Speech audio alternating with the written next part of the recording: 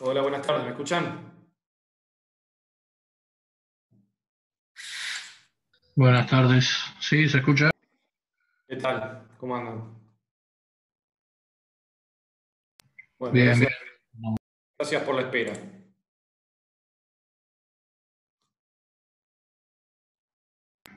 Te diría que me vino bien y todo, así que. Bueno, bien, por lo menos Llega, alguien. sí, no. Bueno, eh, quería mostrar.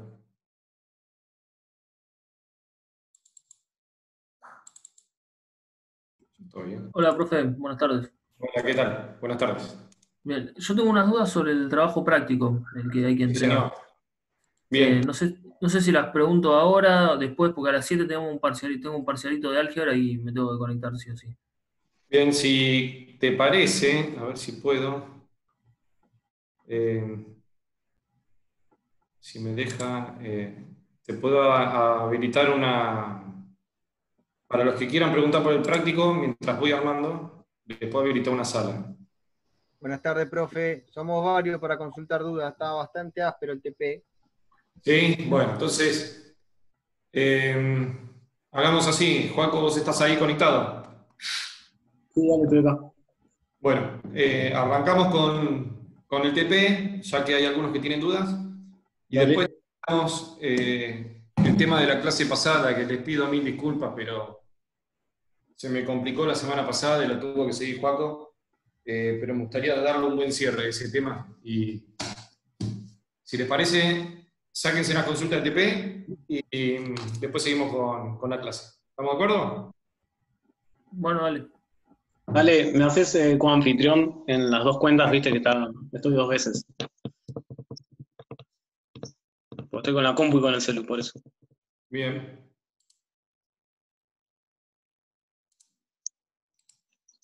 Ya estás. Muy bien. Bueno, chicos, consulten que, cómo vinieron con eso. Yo creo que vengo bien. Para estaba justo abriendo el TP para ver bien Sí. lo que tenía. Pero básicamente, para que abro el coso.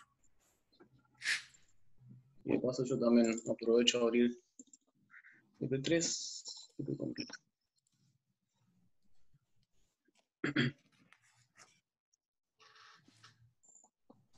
Yo estoy acá con el práctico abierto ya.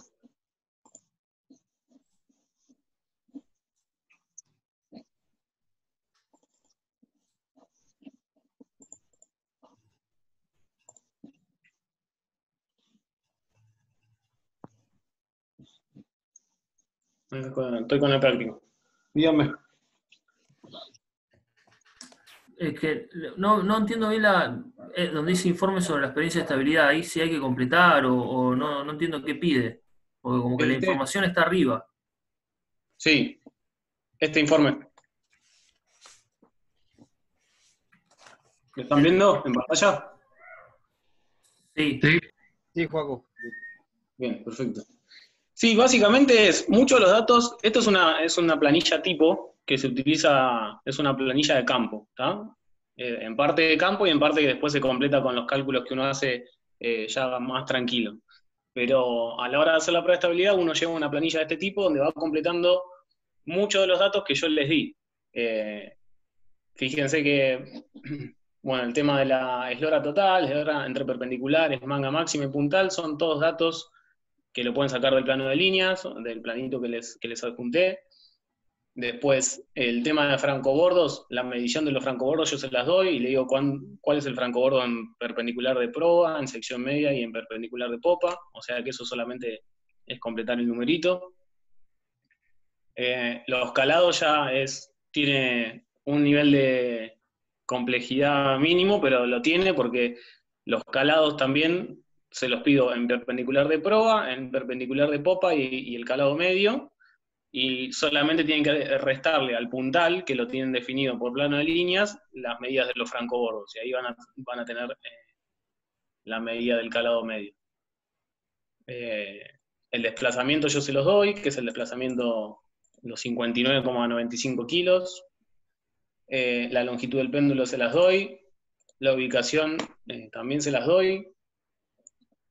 los pesos escorantes, que son los pesos que utilizamos para escorar el barco, está bien, esos pesitos chiquitos, creo que eran 400 y pico de gramos.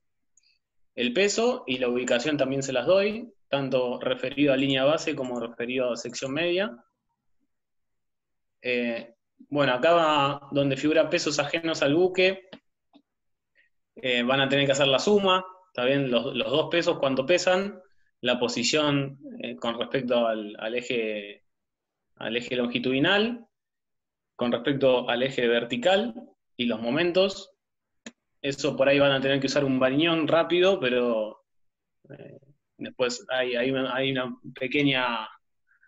pequeño atajo que pueden usar ahí para calcular. Lo más complicado es el XG, ¿está bien? Porque el IG va a ser igual. El XG, que es la posición con respecto a la sección media, hay uno que lo tienen 13 milímetros a proa de sección media y otro que tienen 13 milímetros a popa de sección media. Entonces, la posición del conjunto de esos dos pesos, la posición de ese sistema con respecto a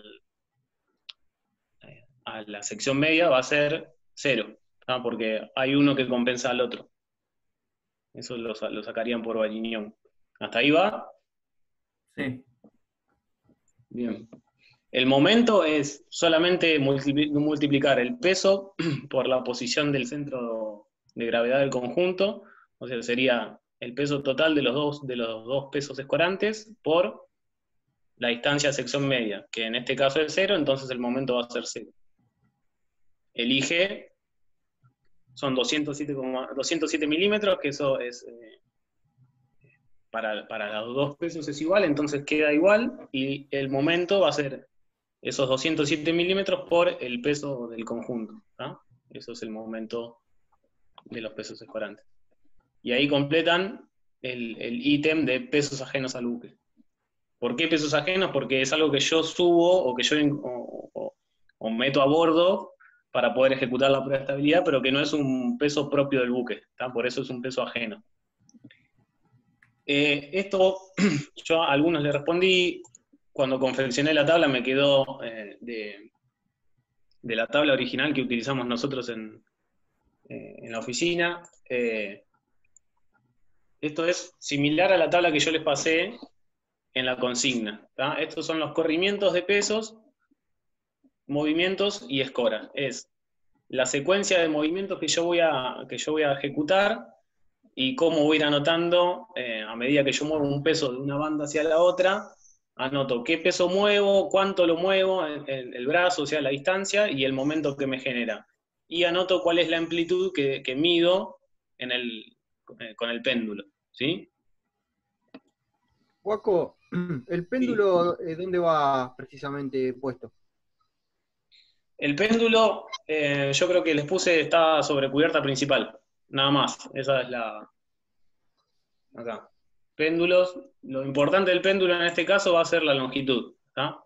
Okay. Por lo general, en los buques pesqueros, que es en lo que más tengo experiencia, digamos, de hacer por estabilidad, los péndulos se cuelgan de la brazola de la tapa escotilla en cubierta principal y cae dentro de bodega. Porque prefectura nos pide a los ingenieros navales en una ordenanza que la longitud del péndulo sea mayor a 3 metros. Entonces, en muchos pesqueros, para poder conseguir esa longitud, tenemos que hacer ese artilugio, digamos. Colgarlo desde la boca escotilla, desde la brazola, y poner la batea en el piso de la bodega. Ah, ok. Sobre la línea de crujía siempre. Sí, siempre se trata que sea sobre línea crujía, así es. Bien, perfecto. ¿Sí? ¿Hasta ahí va bien? ¿Van entendiendo el procedimiento? Sí, sí. Sí. ¿Sí? Bueno. Sí, no entiendo Entonces, esa tabla igual, pero bueno. Esta tabla te dice, bueno, inicialmente vos tenías 2 pesos, ¿no? Vamos acá. Sí. Es esta tabla, es esta misma tabla, pero vista de otra manera. Entonces tenés, Nada más. en una banda, el peso W1 y en la otra banda el peso W2. Están separadas por una distancia D que yo también se las doy. Entonces, inicialmente, voy a tener que eso no me va a generar ninguna amplitud. O sea, el barco no se va a escorar porque tengo un peso en una banda y otro peso en otra que son iguales. ¿Sí? ¿Lo llegan a ver eso? Sí. Después Si no, corres vimos- el peso 1, lo corres hacia estribor con el peso 2 y ahí tiene una amplitud de Exacto. 23,5 grados. Exacto. De 23,5 milímetros. Perdón, milímetros. Inicialmente yo tengo, supónganse que este es el caso, tengo esta configuración. Entonces tengo un peso a babor y otro peso a estribor. Entonces el buque va a estar derechito, ¿está bien? No se va a escorar. Si en cambio yo paso los dos pesos hacia una banda, esto entiendan que está el tambor y atrás hay otro. Por eso tengo omega 1 y omega 2 acá, W1, W2. ¿Sí? Esto es la fuerza de los dos pesos. Bien. Entonces, al pasar ese peso hacia una banda, el buque se va a escorar. El buque se escora, entonces el primer movimiento es este, que no es un movimiento porque tengo los dos pesos, uno a cada banda. En el segundo movimiento lo que hago es pasar W1 a la banda de estribor. Entonces en la banda de estribor me queda W1 y W2. Eso me genera que en mi batea, donde tengo la regla, se me genere una amplitud de 23,5 milímetros, que sería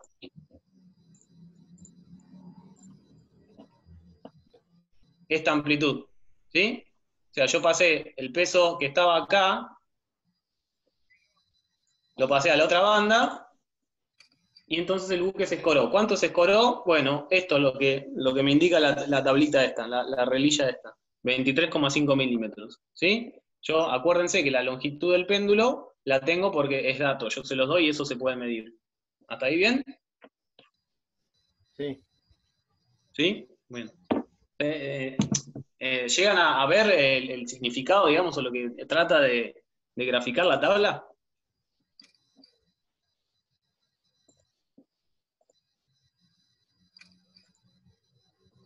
Bueno, seguimos. Entonces, después el otro movimiento es, bueno, vuelvo a pasar el peso W1 a la banda donde estaba originalmente y mido a ver si tengo alguna amplitud. Como ya van a imaginar, al moverlo a la misma posición, no voy a tener ninguna amplitud que registrar, o sea, la amplitud es 0. El paso siguiente es pasar el peso W2 ahora a la banda contraria, para que me queden los dos pesos en la banda opuesta a la que yo había hecho anteriormente.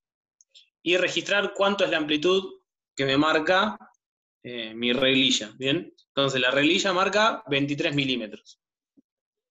¿Esto por qué se los puse distintos? Se supone que en una prueba, digamos, teórica, el buque tiene que escorarse y marcar exactamente la misma amplitud hacia una banda que hacia la otra. Yo acá se los marqué así con esa pequeña diferencia para que entiendan que muchas veces vamos a tener errores de lectura, ya sea por la persona que está midiendo, porque nosotros tengan en cuenta que esto siempre termina siendo un tema de percepción. Entonces, por ahí la persona que está midiendo no mide bien, o por ahí tengo algún factor externo, como puede ser una ola o el viento, que hace que el buque se escore un poquito de más o un poquito de menos, y me mida distinto. Entonces, siempre tengan en cuenta que en la ejecución de una prueba de estabilidad van a tener diferencias hacia una banda que hacia la otra. ¿Hasta ahí va? Bien, bien. Bien. Entonces,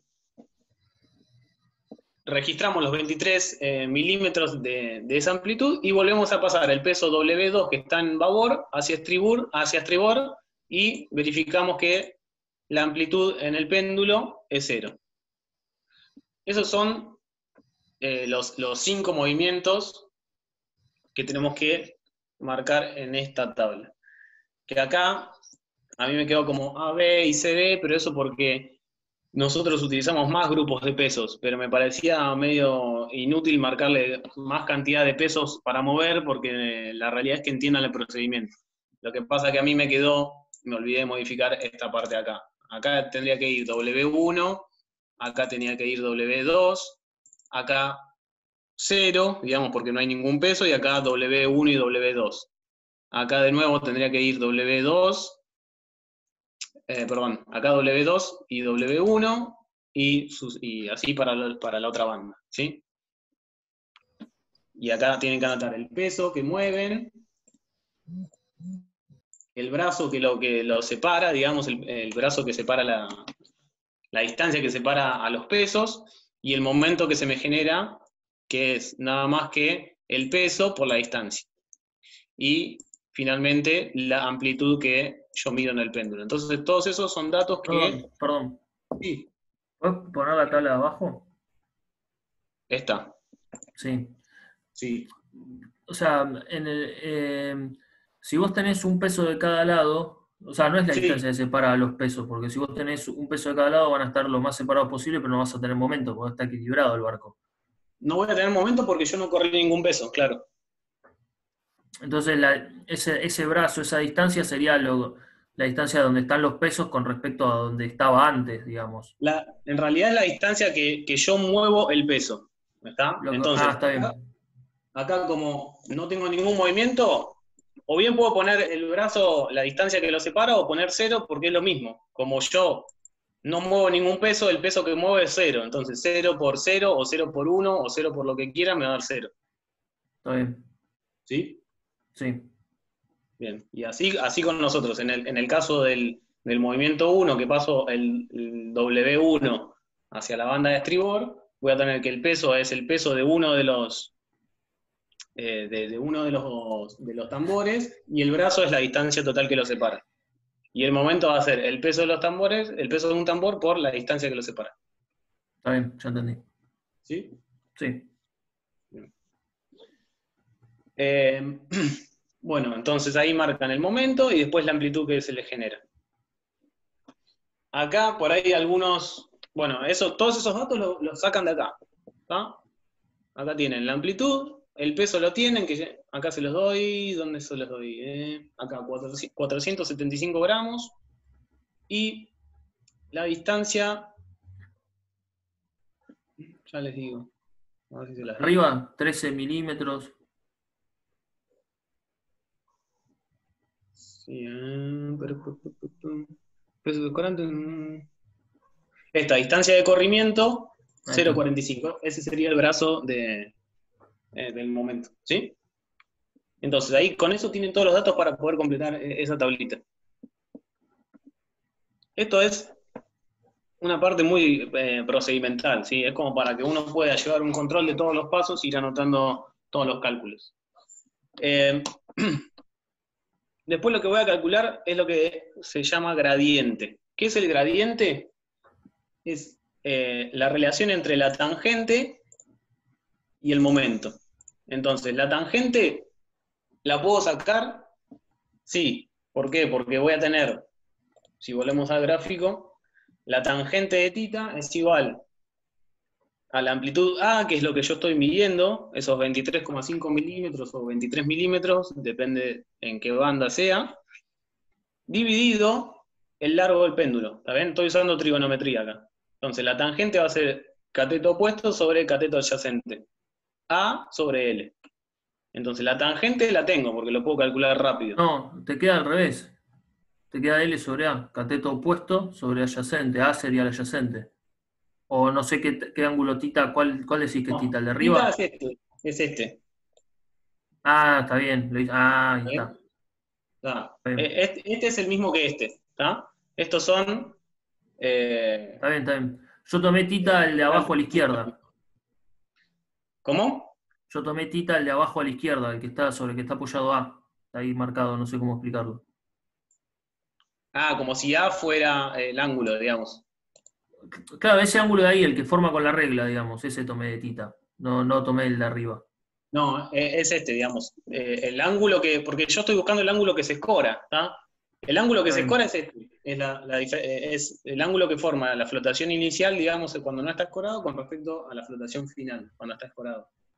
Que va a ser recíproco con este que se forma con el péndulo, que es lo que buscamos, básicamente, medir el ángulo con el péndulo. Entonces, la tangente de este ángulo θ que se forma va a ser el opuesto, que es A, sobre el adyacente, que es L. Me da 3,53, ¿puede ser? La tangente te quedaría 23,5 dividido el largo del péndulo, que no me acuerdo cuál es. No, te tendría que quedar más chico. Para.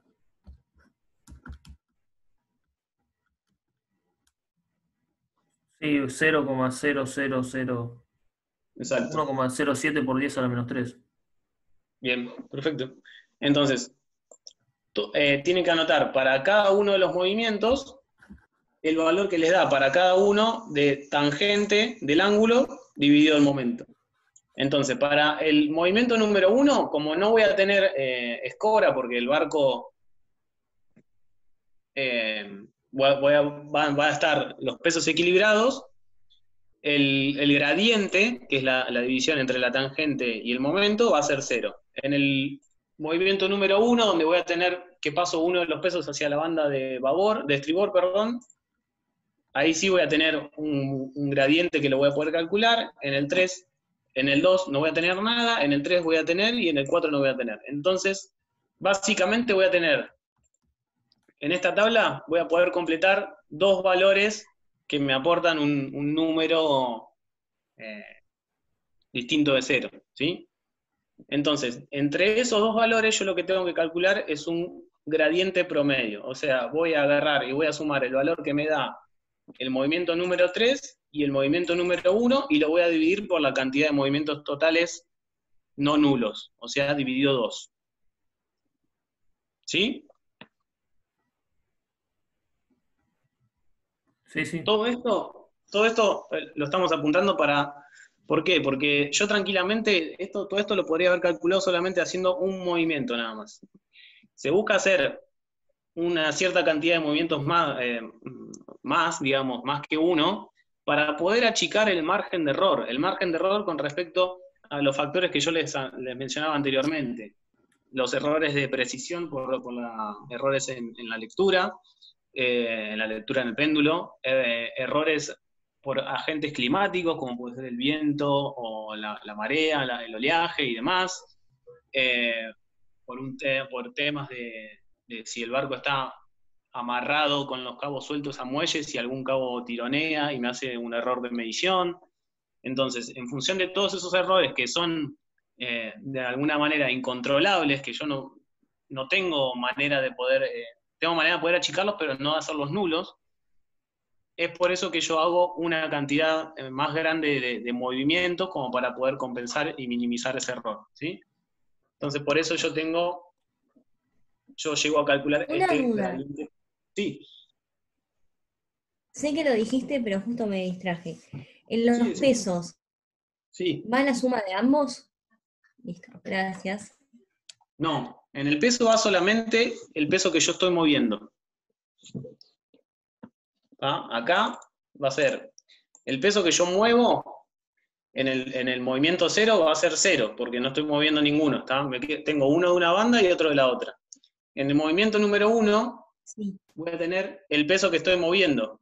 El peso que estoy moviendo va a ser 1. No los dos. ¿Sí? Sí. Y así, en el 3, en el movimiento 2, va a ser 0, en el movimiento 3 va a ser 1 de los pesos, y en el movimiento 4, 0. Bueno, me fui de más. Bueno, ahí calculan el gradiente promedio. El gradiente promedio después les va a servir para poder sacar la fórmula de GM, ¿sí? ¿Hasta acá va bien el tema de cómo completar la tabla? Sí, la escora sería el ángulo que marca el péndulo. Exactamente. Entonces, la escora la pueden hacer como arco tangente. O sea, ustedes saben que, si volvemos acá, que la tangente de θ es A sobre L. Entonces, el arco tangente de A sobre L me va a dar el ángulo θ. Nada más que eso. ¿Por qué ponemos el valor del ángulo acá? Es más que nada para hacer una corroboración. Para poder anotar y verlo visualmente que el ángulo que escora hacia una banda sea similar al que escora hacia la otra. ¿Para qué? Para ver que no me estoy equivocando con los números, ¿sí? Porque si veo que, si acá noto que hacia una banda me escoró, no sé, 3 grados y hacia la otra banda me escoró 15 grados, es porque o tengo un error en los valores que anoté o estoy haciendo mal la ejecución de la prueba. Entonces, es nada más a título de, esta tabla va a título de poder verificar, ir verificando con los sucesivos pasos que estoy bien encaminado con los cálculos, ¿sí? Entonces, acá en la escora van a tener que ver que todos los ángulos que me marcan estén en el mismo orden, ¿sí? Sean 3,1, 3,2 o por ahí, ¿no? Pero que no sea hacia una banda que me escoró 3 grados y hacia la otra banda me escoró 20 grados. Porque ahí justamente me está sirviendo para decirme, ojo, estoy arrastrando un error. ¿Hasta ahí va bien? Sí. ¿Sí? Sí. ¿Alguno que tenga alguna otra duda o algo con respecto a esto lo que vimos hasta recién? Yo tengo una duda. Yo calculé lo que pide al principio, el KG, Sí. el primer punto. ¿El primer punto? ¿El primer punto de dónde? Del trabajo, que ahí ves, determinar la posición Sí. vertical del centro de gravedad. Sí, perfecto. Ese es el objetivo final del trabajo práctico, en realidad. Ah, yo lo calculé porque en la guía había una fórmula y estaban todos los datos. Y reemplacé y lo calculé. Vos tenés que...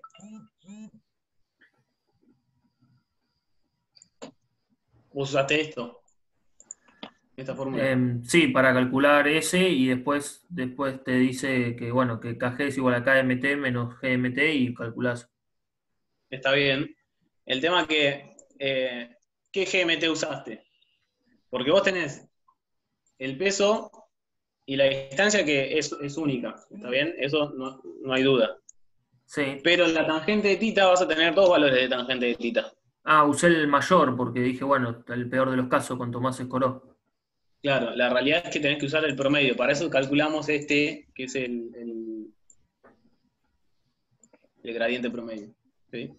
El gradiente promedio viene a reemplazar y viene para reemplazar justamente eso, para minimizar el error, de todas las mediciones que tomé, para minimizar el error, sacar el promedio y decir, bueno, me guío con el promedio de todos los movimientos. A ver, básicamente lo que hiciste está bien. El tema que lo ideal sería que puedan ver y que puedan ir registrando todo a través de la tabla para que les quede más o menos claro el tema de la ejecución. ¿Sí? Está bien, está bien, está bien. O sea que uno de los catetos es el promedio de los dos, en realidad, no es el más grande. El cateto no es 23,5, sino es el 23, o sea, es el promedio. Va a ser el promedio, exacto. Y ojo, porque vos ahí calculaste el peso del buque en la prueba, o sea, sin haberle descontado los pesos escorantes. Yo al final de todo les pido el peso del buque vacío, sin esos pesos. ¿Entendés? Sí. O sea que a vos te restaría hacer un paso que es, usando Variñón y sabiendo la ubicación de los pesos escorantes, restárselos al peso del buque en la prueba y ahí recién poder calcular el peso del buque vacío. No entendí. Eso ahora vamos a llegar. Bueno, entonces, hasta acá creo que, o por lo menos por lo que me dicen, está hasta el tema del cálculo de gradiente promedio. Sí, se entendió un poco mejor. Bien. Acá solamente lo que tienen que hacer es anotar los valores de los datos que ya calcularon. ¿Está bien? El calado medio que ya lo obtuvieron, el desplazamiento que yo se los di como dato. Sí.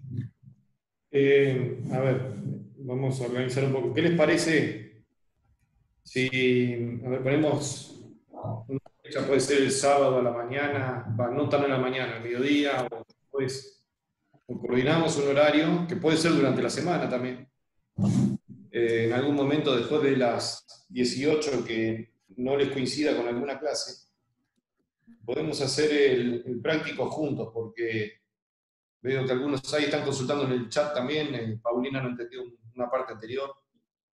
Me interesaría que este tema lo entiendan bien, ¿sí? Lo puedan hacer.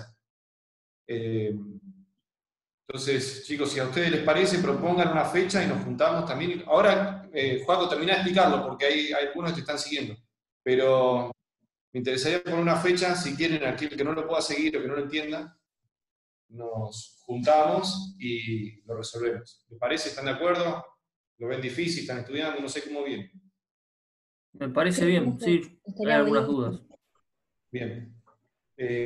Bueno, pónganse de acuerdo entre ustedes, nos dicen la fecha y lo hacemos. ¿Sí? No tiene que ser ya. Eso, tienen un grupo de WhatsApp, supongo ustedes, o están. O si hay un grupo que puede un día y un grupo que puede otro, también nos avisan. Y hacemos 2 días. Vamos a buscarle la solución para que lo podamos sacar adelante. Buenísimo. Bien. Bueno, seguí, Joaco, perdón. Dale. Bueno, y acá, como les decía, solamente resta completar con los datos que ya obtuvieron. El calado medio lo obtuvieron del plano de líneas, con los francobordos. El desplazamiento se lo doy como dato. El KMT también se lo doy como dato de atributos de carena. El gradiente promedio lo calcularon. Es este valor de acá, que era el promedio de estos 2 valores. Y el GMT es lo que apuntaría, digamos, gran parte del trabajo práctico para que puedan calcular. El GMT, básicamente, para que puedan utilizar la fórmula de gradiente promedio, es 1 dividido el desplazamiento por el gradiente promedio. Con esta formulita sacan el valor de GMT, que no es nada menos que es un desarrollo matemático de esta fórmula, ¿está? Pero utilizando los 2 valores de tangente de tita. ¿Se acuerdan que tangente de tita íbamos a tener el valor que me daba cuando yo escoraba el buque hacia una banda y cuando lo escoraba hacia la otra banda? ¿Sí? Entonces, como tengo 2 valores de tangente de tita, con un desarrollo matemático, los puedo utilizar, digamos, ambos valores sacando el gradiente promedio. Entonces la fórmula me quedaría así. 1 dividido el desplazamiento que lo tengo por el valor de gradiente promedio. Gradiente promedio también lo tengo. Ahí puedo calcular cuánto es el valor de GMT. Al calcular el valor de GMT, voy a poder calcular, como yo les mencionaba acá en la guía de prueba de estabilidad, el KG. ¿Por qué? Porque el KG va a ser igual al valor de KMT, que eso se los doy yo como dato de atributos de carena, menos el valor de GMT, que es lo que acaban de calcular recién. Bien, recuerden esto. Bien, recuerden este gráfico. Este era el metacentro transversal, este era el G, o sea, el centro de gravedad, y este era el K, que era la línea de la quilla, ¿sí? Entonces, yo lo que quiero saber es cuál es el valor o cuál es la altura del centro de gravedad, o sea, desde la quilla hasta G.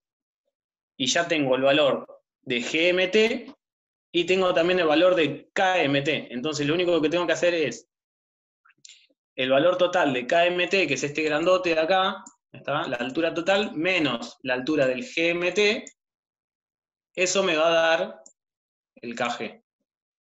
¿Sí? Es solamente un tema de poder interpretar dónde están los puntos. Entonces, volvemos al trabajo práctico. El KG lo puedo calcular utilizando esa misma fórmula. Y el LSB, ese yo se los doy como dato. El LSB es la posición del centro de carena. La posición del centro de carena siempre va a coincidir con la posición del centro de gravedad longitudinal. ¿Tá? ¿Qué quiero decir acá? Que el LSG va a ser igual al LSB. ¿Tá? El centro longitudinal de carena va a ser igual al centro longitudinal de gravedad.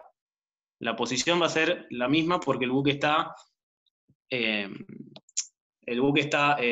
equilibrio, ¿sí? Entonces, acá anotan el valor de LSB Y finalmente lo que tienen que hacer es completar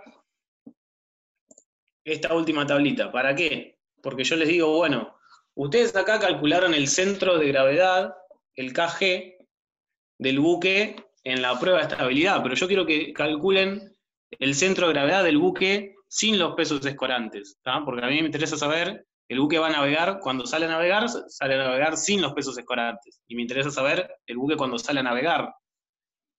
Entonces, para poder calcularlo, tienen que utilizar el teorema de Varignon, que lo habían visto con Ale, que es solamente un desarrollo simple matemático que permite descontarle a un sistema de cuerpos, digamos, de pesos, el valor de un peso y poder calcular dónde queda el centro de gravedad después de descontarlo.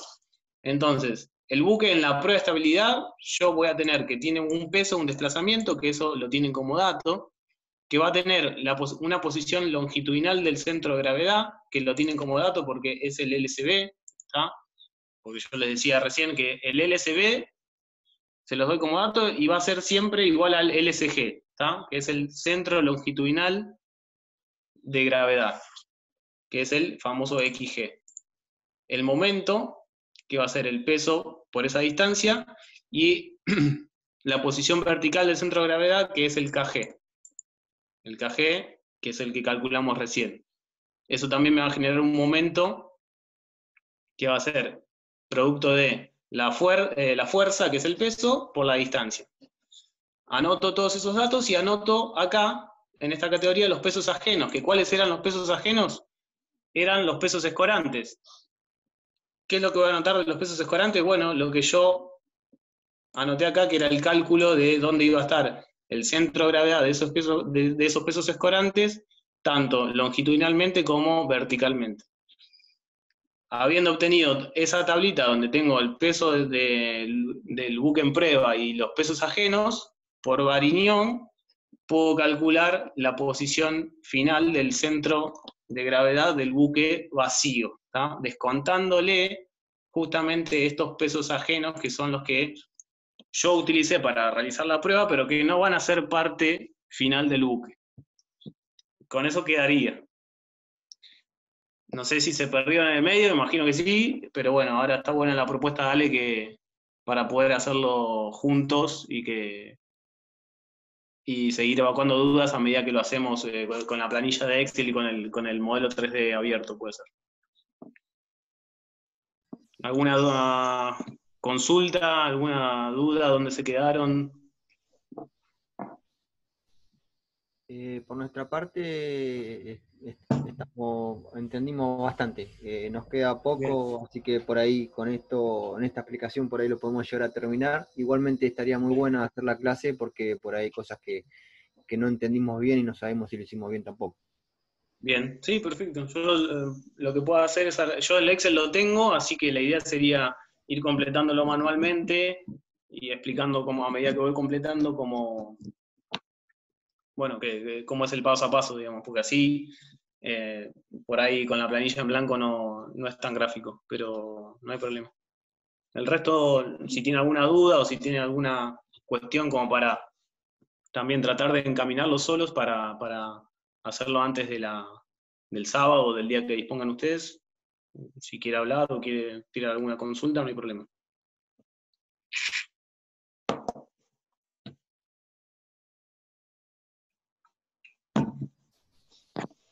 Yo no sé si los chicos quieren tirar algún día para combinar. Si no, vemos de hablarlo en el grupo de WhatsApp, ahí en el general, y ver si nos ponemos de acuerdo. Si quieren, coordinamos ahora, y si no se ponen de acuerdo después. ¿Cómo quieren hacer? ¿Qué les parece? No, yo si coordinamos ahora con los que estamos acá y consultando las dudas, estaría genial ya coordinar ahora. Bien. ¿El sábado les queda bien, chicos? Sí, profe. Sí, estaría bien el sábado a media mañana. Sí, lo mismo también. Genial. Media mañana. ¿Hacemos sábado a las 12? Dale, Bien. sí. Perfecto.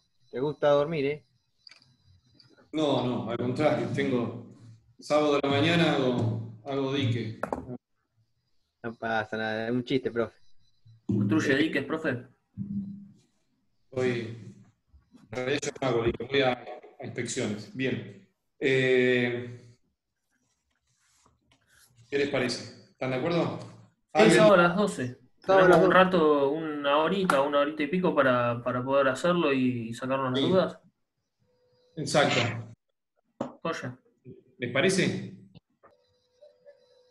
Bueno, si nadie dice no puedo, entonces quedamos el sábado al mediodía. ¿Está bien? Listo, genial. Bien. Ya está agendado, sábado a las 12. Perfecto. Inténtense, no hagan comisión un día que quedamos para un martes, me conecté y los grillos cantaban ese día.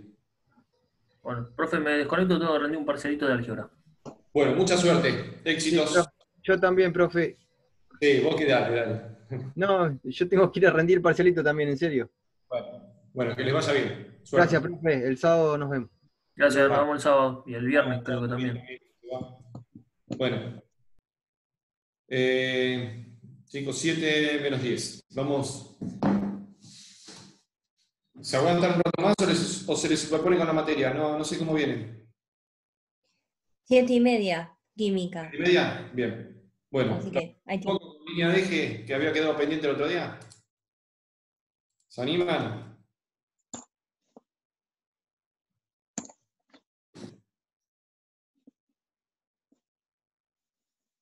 Habíamos llegado por acá, ¿no? Recién me escribe Pau, ya conozco. Yo estoy encargando para ir para tu casa.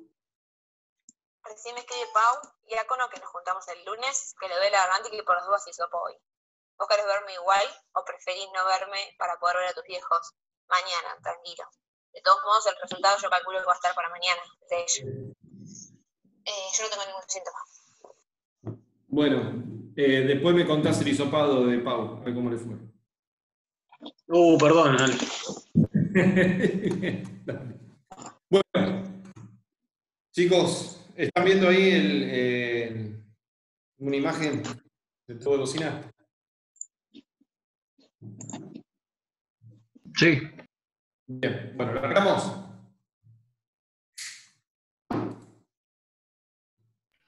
Arranquemos. ¿Se acuerdan que habíamos hablado de la línea de eje? La línea de eje que era la encargada de transmitir la potencia del motor y el torque y el giro y toda la historia a la hélice. ¿Está bien? Es una conexión entre el motor o la caja reductora y la hélice. ¿Está bien? Gira el motor por un lado, gira la hélice por el otro. ¿Se acuerdan de eso?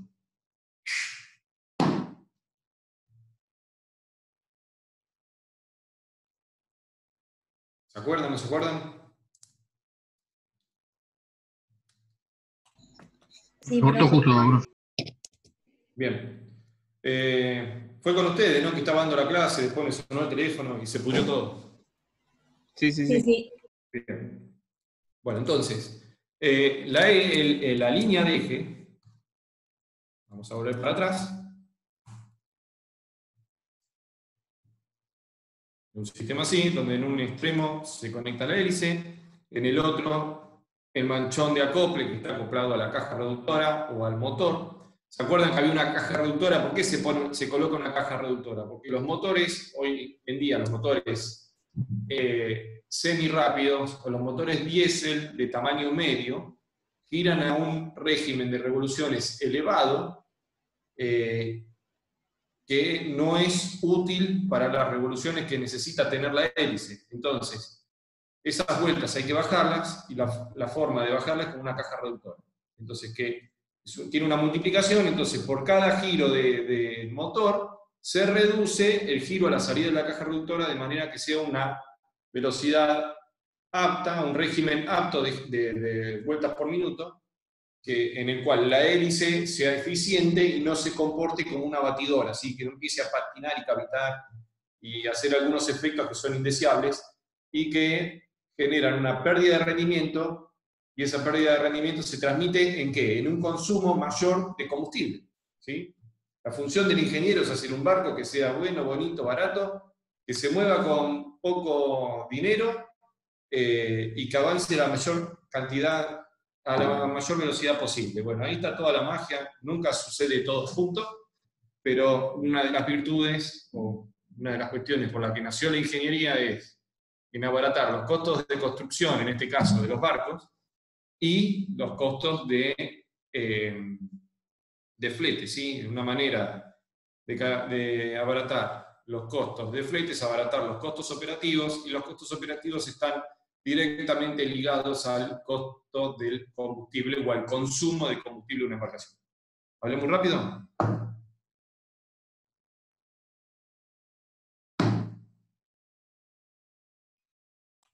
No, profe.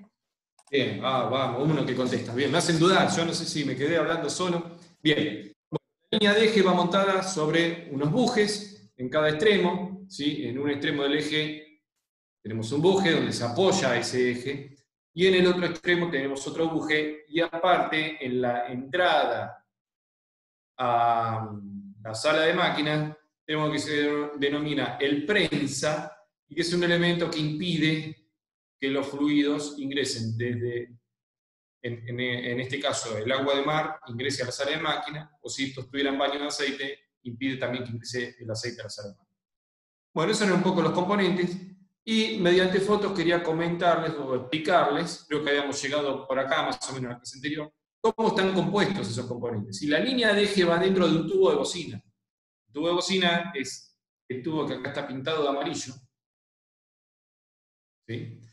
Este tubo donde se introduce la línea de eje, y en los extremos del tubo de bocina van clavados lo que son los bujes, de manera que ese eje está apoyado sobre sus extremos, ¿sí? Sobre dos soportes. Entonces acá tenemos un barco en su construcción, donde se aprecia en la zona del dormido el tubo de bocina, que es este caño, ¿sí? Esta tubería que ven acá. ¿Se entiende? Perfecto. Bien. Bueno, ahora, el tubo de bocina, ¿cómo es? Es un caño que arranca en el exterior del barco, ¿sí? En el dormido, tenemos una punta, está en el exterior, y la otra punta, bueno, acá tenemos un poco más en detalle ese tubo, cómo está soldado, cómo va en su longitud, cómo se desarrolla, ¿sí? Y vemos que el tubo de bocina ingresa, acá podemos ver la sala de máquinas. ¿Por qué la podemos ver? Porque en esta etapa de la construcción este barco no tenía colocada la chapa del fondo, ¿sí? Entonces, el tubo de bocina ingresa a la sala de máquinas. Fíjense, es un caño que arranca afuera y termina adentro de esa de máquinas.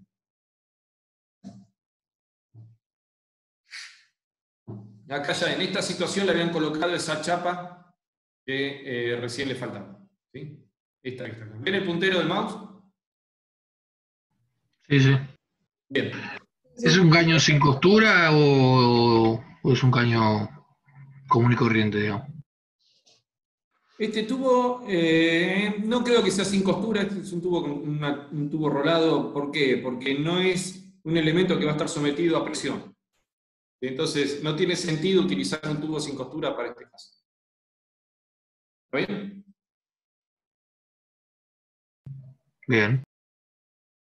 Bien. Fíjense, acá, en esta zona, la chapa no estaba colocada, y ahora acá sí está.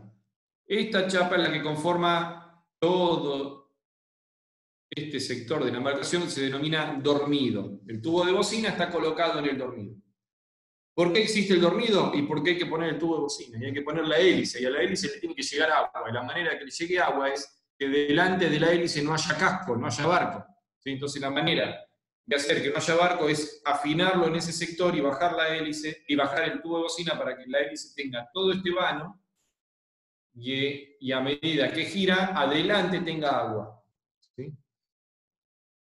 Bueno, el extremo del tubo de bocina, ¿sí? Hoy veíamos el de afuera, acá estamos viendo el extremo interno. Ingresaría lo que más adelante acá se conformará o se transformará en sala de máquinas. Esta es otra etapa de avance de esta construcción. Fíjense que ahora ya tiene la chapa colocada, que antes no estaba, ¿sí? Pero están viendo acá cómo ingresa el tubo de bocina, por dónde va a pasar qué pieza. Posteriormente, al final va por ahí, va a pasar la línea de eje o el eje portahélice, ¿sí? Bueno, acá pueden ver, ya la chapa o el enchapado colocado en el dormido, entonces lo único que vemos es el tubo de bocina y la unión entre el tubo de bocina y el forro del casco se denomina henchimiento. ¿Sí? Esto es un henchimiento. Por si alguna vez lo escuchan o sienten nombrar que alguien dice henchimiento, es esta zona. Vieron, como siempre, el vocabulario naval es bien raro. ¿Cómo vamos? ¿Se entiende? Sí, profe. ¿Se entiende, sí? Seguimos. Este era otro diseño, ¿sí? ¿Por qué ponemos esta foto? Porque es otro concepto diferente. Fíjense, este barco tiene aristas bien marcadas, tiene ángulos, ¿sí? Un ángulo acá. Las chapas principalmente se ven como que son chapas planas, no tiene conformado, no son chapas que tienen curvas, ¿sí? Sino que la construcción se realiza como colocando chapas rectas, ¿sí? Se van colocando, se les va cambiando el ángulo, y fíjense hasta que la arista desaparece, ¿sí? Ahora, es la unión de una chapa recta con otra chapa recta, se genera una arista, y ahí se le va dando forma a la embarcación o al dormido. Esta construcción es una construcción más económica que esta otra.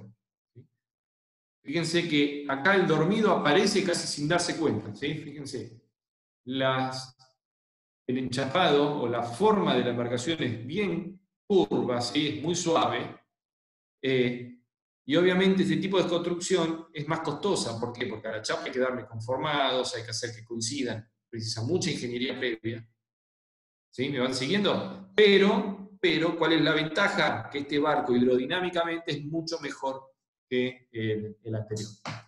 Son distintos diseños y tanto el armador, el fabricante o en el momento de hacer una embarcación se decide qué forma va a tener en base a una relación técnico-económica. Esto es, ¿cuánto gasto haciéndolo con chapa recta o sin conformar, que se llama una construcción facetada? ¿Cuánto me sale hacerlo facetado? ¿Cuánto me sale hacer un casco hidrodinámico? Y, a ver, ¿cuánto gasto? ¿Cuánto me rinde? ¿Qué gasta más? ¿Cuánto combustible gasto en su vida útil con este barco o con uno construido de otra manera? Bueno, es una cuestión que se resuelve en el momento de la construcción, depende a quién le toque, depende del astillero que lo construya también, porque hay astilleros que están acostumbrados a soldar todas chapas planas, otro que no. Bueno, son decisiones, diseños, modelos y conceptos, ¿sí? Pero quería poner esta imagen para que vea el contraste entre un tipo de construcción y otro. ¿Se entendió esto? Sí, profe. Bien. Sí, sí.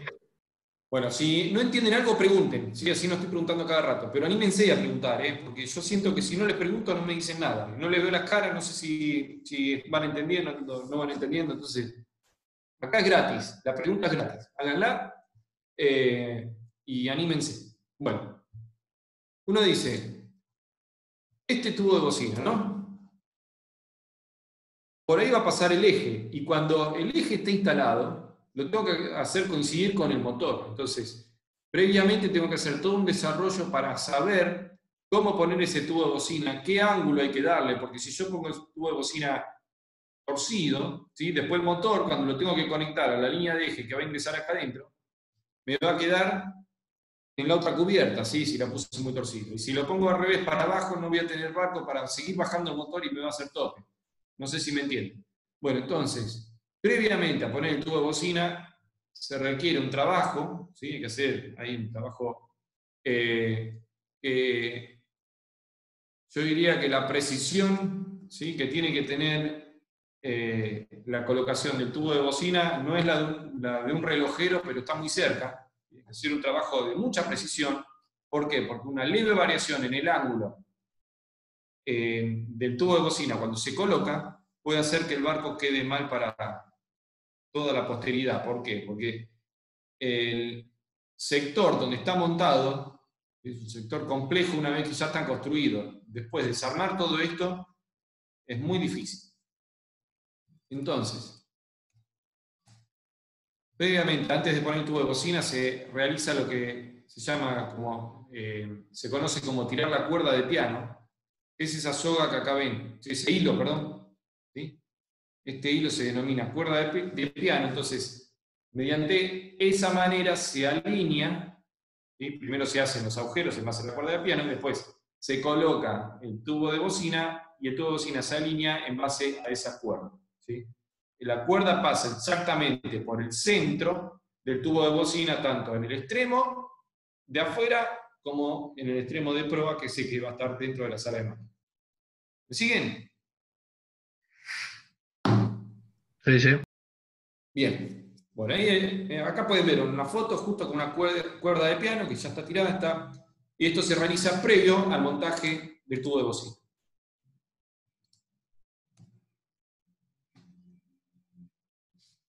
Ahí tienen una foto de otro ángulo. Bueno, ¿qué va a pasar después por el tubo de bocina que ya vimos? Dentro del tubo de bocina va a ir la línea de eje. La línea de eje tiene esta forma. Y un extremo que es cónico, ¿sí? Esta zona es cónica, el eje forma un cono. ¿Y por qué forma un cono? Porque el cono presenta, cuando uno lo ajusta, ¿sí? Y si, supónganse, acá va a ir clavada la hélice en un extremo, ¿no? Cuando uno coloca la hélice en este extremo, que es cónico, entonces al ajustar con la tuerca, perdón, la hélice la vamos apretando contra el cono y genera un clavado, se termina clavando, y eso permite que el sistema quede bien trabado y la hélice no tienda a girarse, ni a aflojarse, ni a ofrecer vibraciones, ¿sí? Y a su vez, para evitar cualquier tipo de giro entre el eje, ¿sí? Y la hélice, para que no se patinen, por decirlo así, se coloca una chaveta. Esta chaveta no es más que una protuberancia, una saliente que hay en el eje, y la finalidad que tiene es trabar todo ese sistema para que no haya un deslizamiento relativo entre ambas piezas. No sé si se entendió. Ahí se ve la chaveta que está colocada. Eso es un apéndice que se coloca en la embarcación. Se coloca, perdón, en la línea de eje, y que eso se puede quitar, ¿sí? Se retira esa chaveta. Ahí se ve que se nota que es postiza esa pieza que está colocada ahí y no es el eje. Sí, sí. Bien, y en la foto se aprecia, ahí pueden apreciar bien el cono.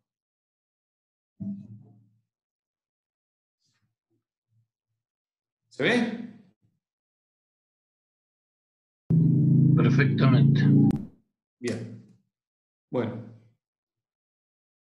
Ahí vimos un eje portahélice, acá el eje estaba en el taller, ¿sí? Y una vez que está colocado en el barco, lo pueden ver así. Es un eje extremadamente grande, demasiado grande. Está colocado en una embarcación y es tan largo que necesita tener apoyos intermedios antes de llegar al motor, ¿sí? Tiene apoyos a lo largo de su trayectoria, desde la hélice hasta el motor. Tiene estos apoyos que pueden ser rodamientos o bujes, depende la selección del fabricante, donde el eje es soportado a mitad de camino. ¿Para qué? Para que no se flexione, porque si el eje es muy largo, ¿sí? Tiende a caerse, a hacer una parábola. Como se pandea. Se pandea. No, el pandeo es otra cosa, eso es flexión. La flexión es, a ver,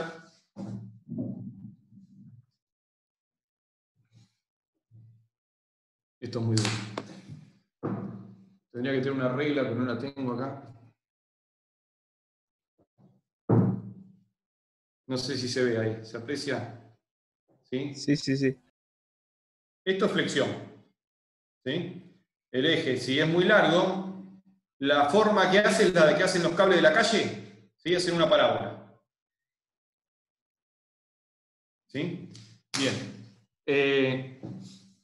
Esa parábola, así como la hacen los cables, un eje que está tomado de los extremos y hay mucha distancia entre los extremos, también la puede llegar a hacer. Entonces, para evitar esa deformación se colocan bujes intermediarios en el medio de las uniones de los ejes, para evitar eso. ¿Por qué? Porque una vez que el eje se flexiona, genera vibraciones cuando empieza a girar.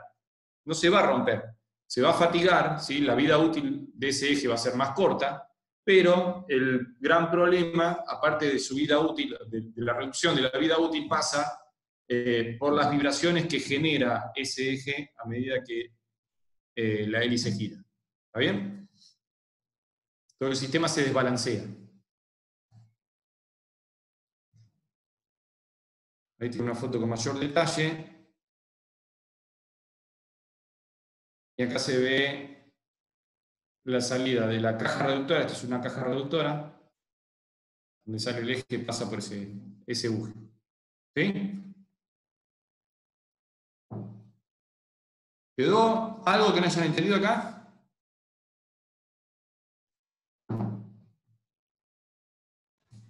No, profe. Bien. Bueno. Bien, Julián Ramos dice que no. Bien, chicos, hoy había mostrado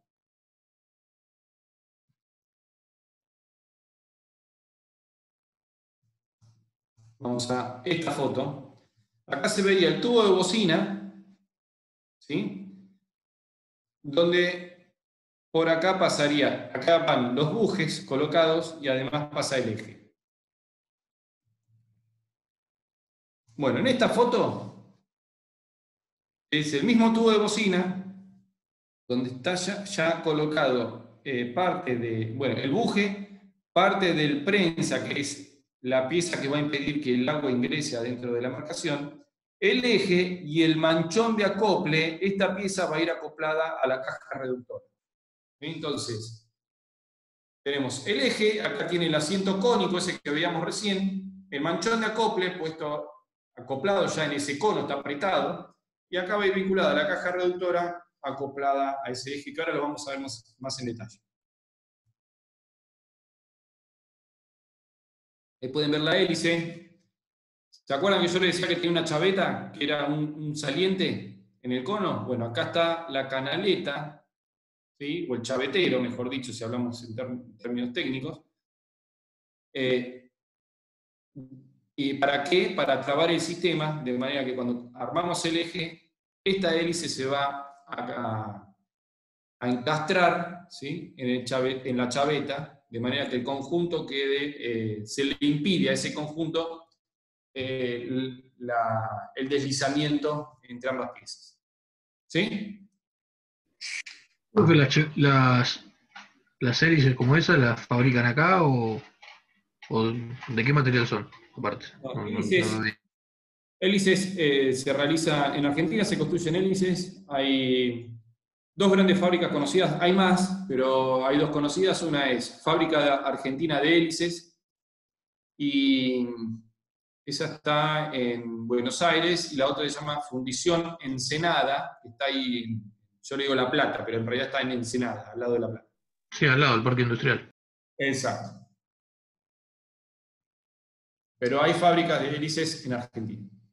Después hay talleres certificados por las sociedades de clasificación que reparan hélices. Las hélices se reparan mucho. ¿Sí? ¿Por qué? Porque una leve variación ya empieza a generar vibraciones en la embarcación. ¿Sí? ¿Y están hechas de fundición? Fundición de cobre, níquel y algún otro componente más, pero normalmente son de bronce.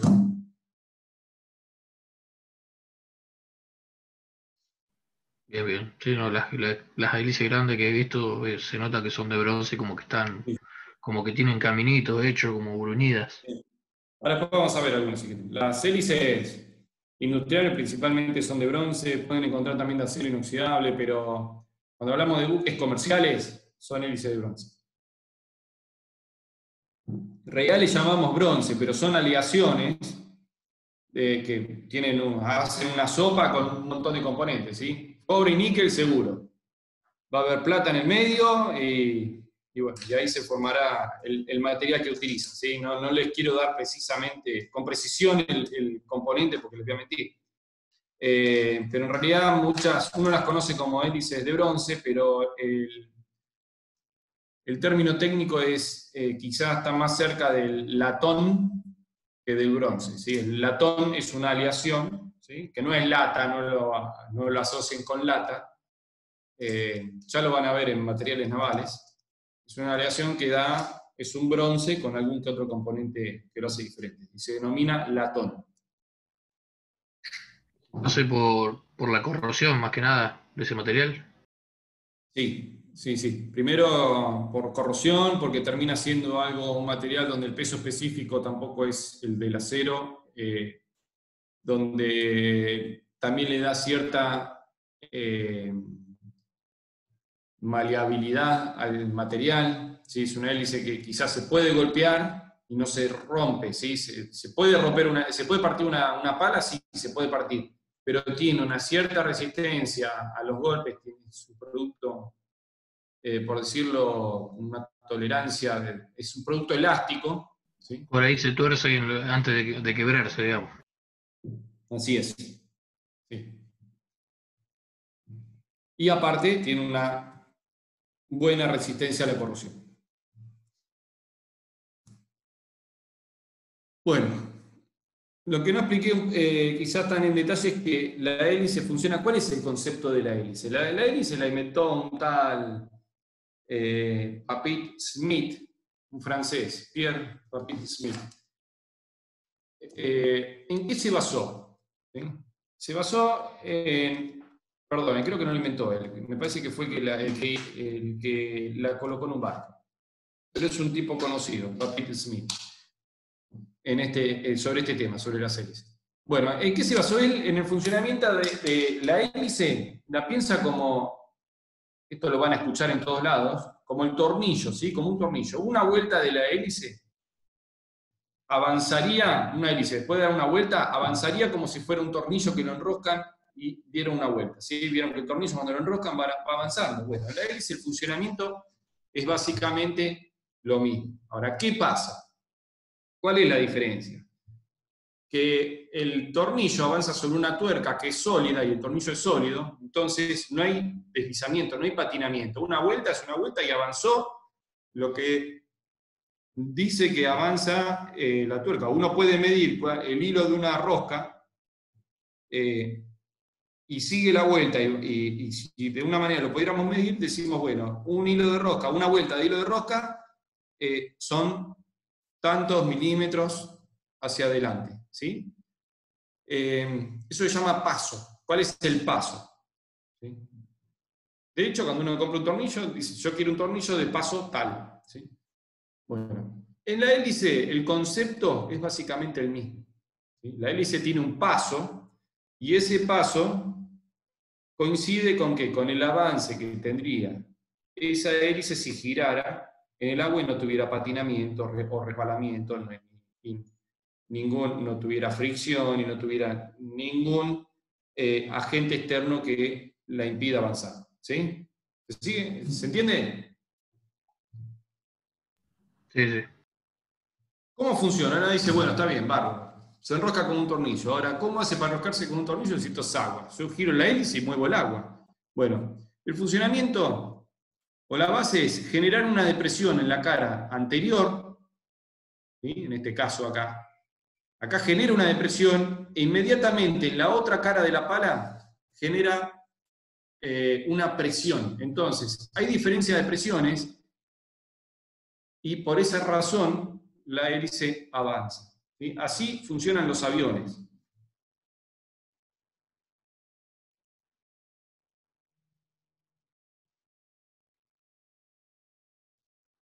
¿Saben cómo funciona el ala de un avión?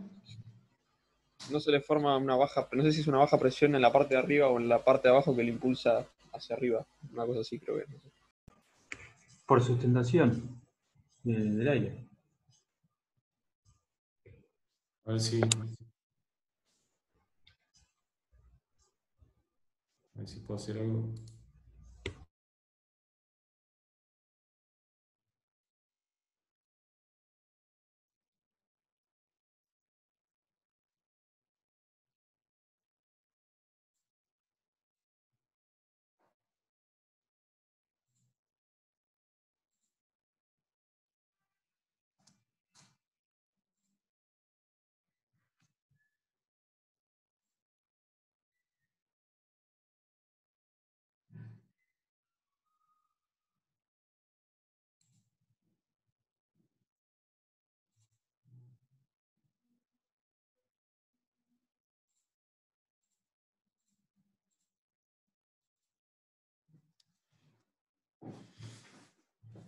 No le estaba compartiendo la pantalla, perdón.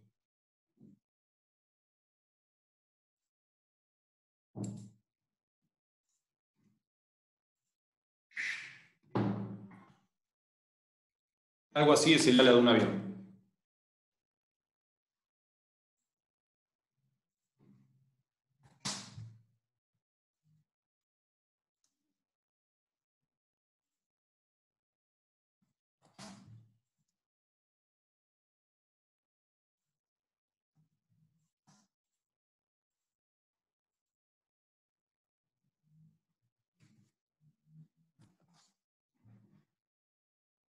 Bueno, ¿qué hace el aire cuando avanza el ala de un avión?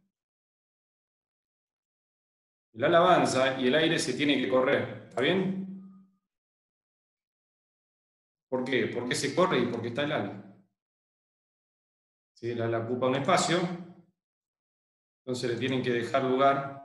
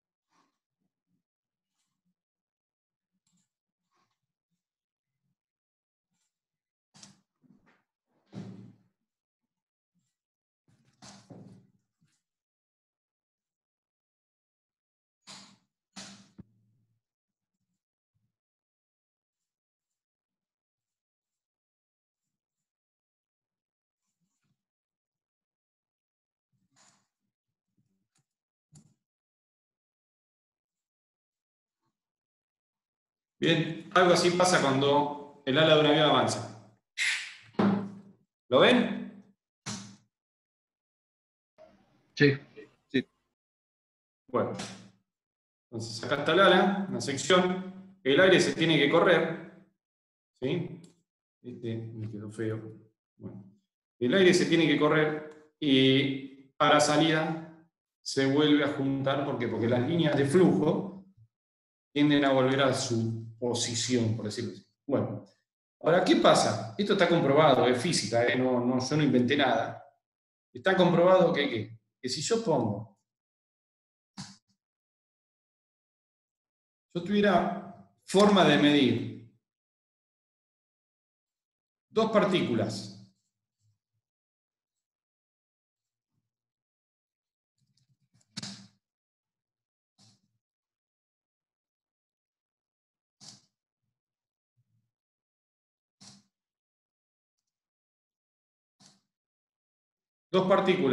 ¿sí? Que salen en la misma posición, están en la misma posición antes de que el ala pase, y que una vez que pasó el ala, las pudiera volver a ver. Esto no es que las pudiera, hay pruebas de que esto se comprueba. Las dos llegaron al mismo tiempo. Una vez que pasó el ala, las dos están en el mismo lugar. ¿Me siguen? Sí. Bueno, eso, y fíjense los recorridos. La de abajo pasó casi derecho y la de arriba hizo toda esta vuelta. Y las dos llegaron al mismo lugar en el mismo momento. ¿Qué pasó ahí? Para que se dé esa situación, ¿qué tiene que pasar? Una va más rápido que la otra. Exacto, muy bien. Una va más rápido que la otra. Entonces, donde hay mayor velocidad, hay menor presión. ¿Sí? Esto es inversamente proporcional. Donde hay mayor velocidad, hay menor presión. Entonces, la cara superior, en este caso, va a tener partículas con mayor velocidad. ¿Sí? Entonces, la presión, ¿dónde va a ser menor?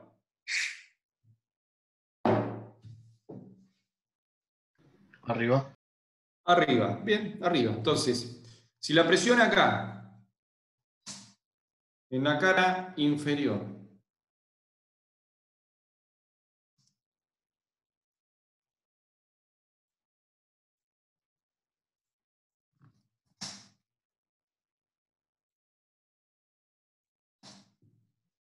es así.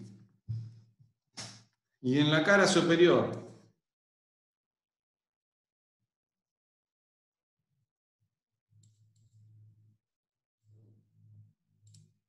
es así. ¿Qué va a pasar con esta pieza?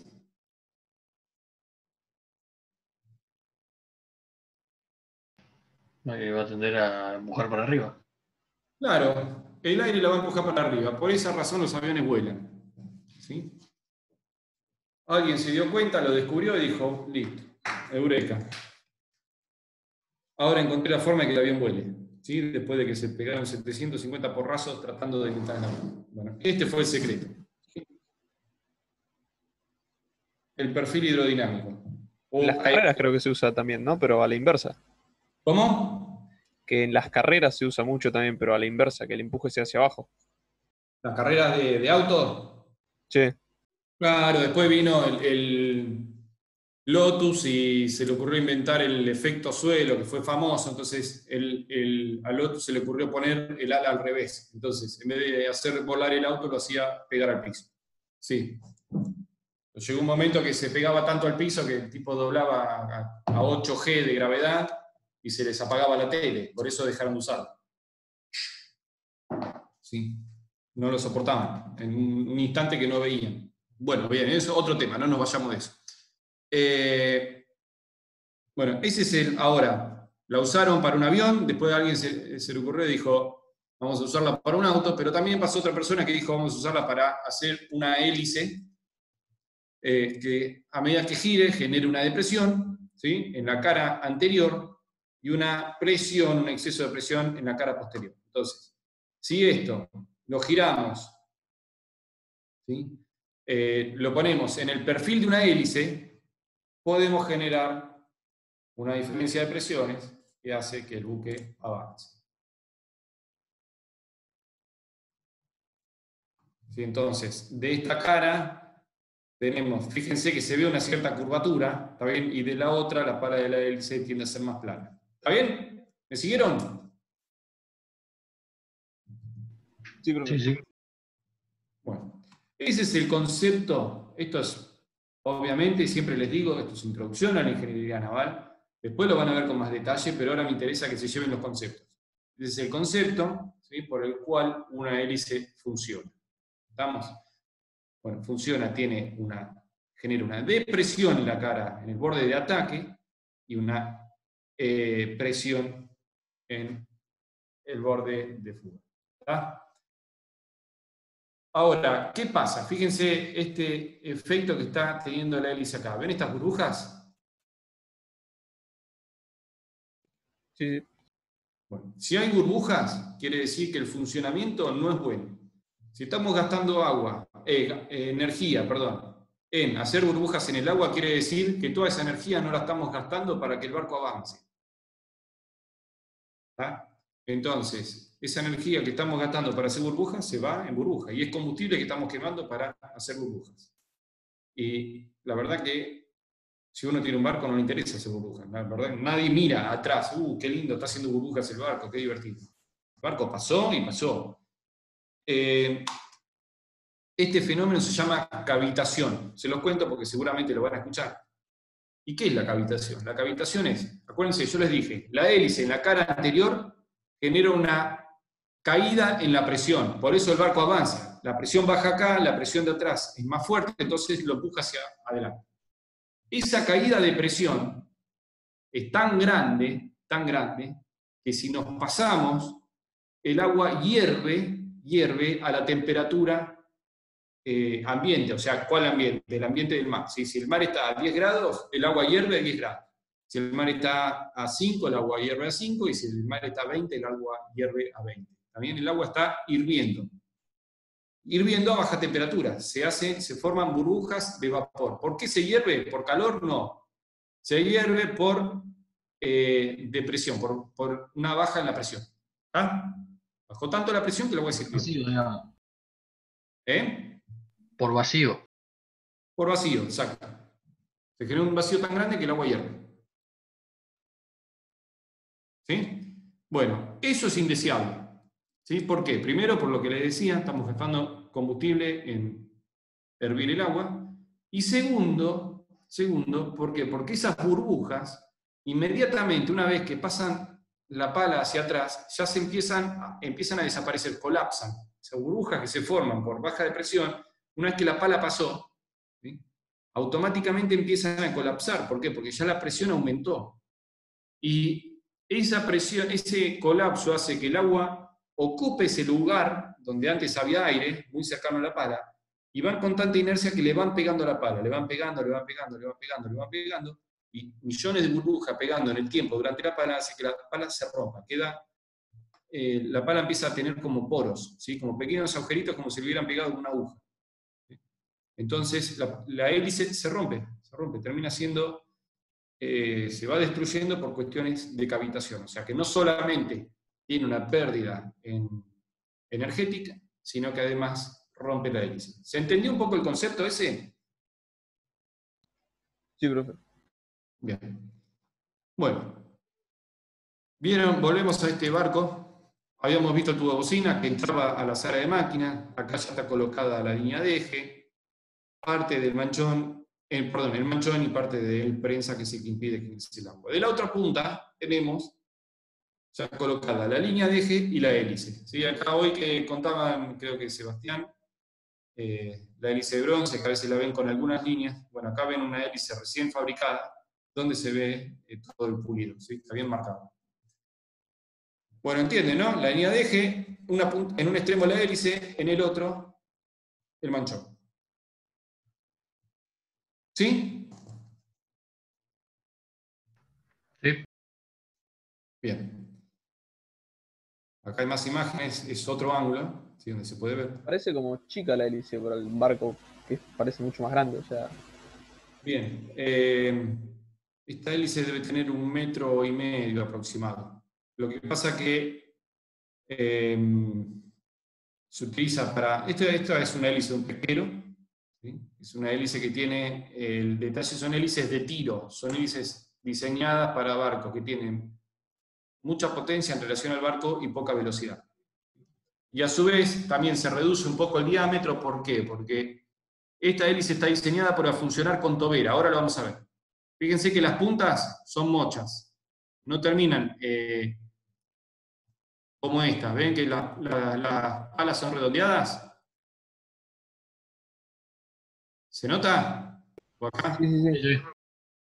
Bien, acá esta pala es bien marcada que es redondeada. Bueno, en este caso, fíjense, parece que le cortaron las puntas, ¿sí?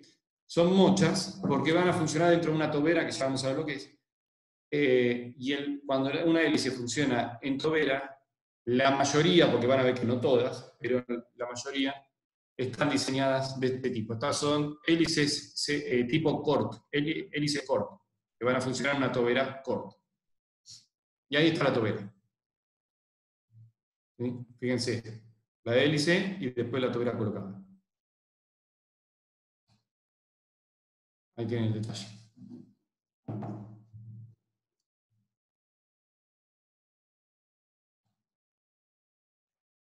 Este es un esquema, ¿sí?, lo que vimos recién: línea de eje, hélice, un buje de apoyo de la línea de eje, otro buje, el prensa, y después este se conecta a un eje intermediario. Es tan largo que el eje se corta al medio para poder ser manipulado. Y este es el buje que hoy veíamos, ¿sí?, el cojinete de apoyo, que hoy veíamos en una de las fotos, que se utiliza para apoyar el eje a mitad de camino, porque si no, acá tendería a flexionarse. Bueno, el tubo de cocina que hemos visto hoy, finalizado. Acá está el prensa, el que impide que ingrese el agua adentro, la línea de eje y el manchón que va a conectarse a la caja reductora. Y acá ven el conjunto, ¿sí?, conectado a este elemento que es de color gris, ¿lo ven? Donde tiene manchón de acople, ¿sí?, línea de eje, prensa y, bueno, la salida a la otra punta del barco. ¿Se entendió? Sí, profe. Sí. Bueno, 7:33, me pasé por 3 minutos, chicos. ¿Preguntas?